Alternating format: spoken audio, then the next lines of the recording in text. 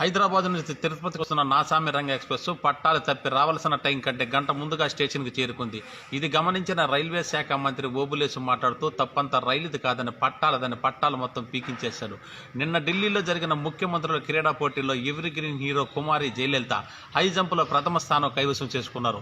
ఆమె దూకిన ప్రదేశంలో పెద్ద గుంత ఏర్పడడంతో 20 లారీలు, 30 జేసీపీలు, 15 ట్రాక్టర్లు, 25 బుల్డోజర్లు బంకమట్టి, ఇసుక, గుల్లా తోయిస్తున్న ఆ గుంత ఇంకా పూడలేదని మా విలేకరు గంజి తెలియజేశారు. నిన్న అసెంబ్లీలో మంచినీళ్ళ, మెక్డోల్ బ్రాందియా, మజ్జిగ అన్న అంశంపై చర్చాగోష్ఠి జరిగింది.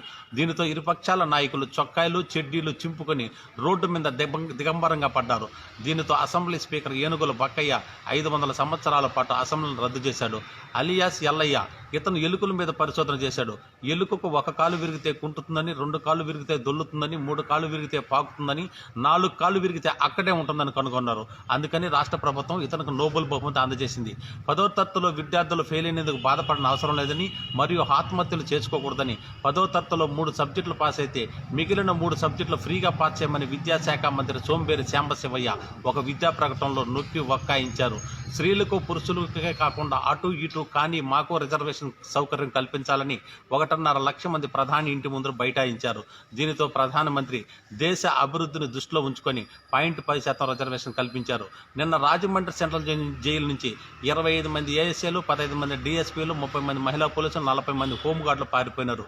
ఇది తెలుసుకున్న ఎస్పీ కొండయ్య ఉట్టిన రాజమండ్రి సెంట్రల్ జైలు చేరుకొని పారిపోయిన పోలీసులను ఖైదీలో పట్టి తెచ్చుకోవాలని 1750 మందిని విడుదల చేశారు. వాతావరణం పగల చీకటిగాను, రాత్రి వెలుతురుగాను ఉంటుంది. పెద్ద ప్రమాదం లేదు.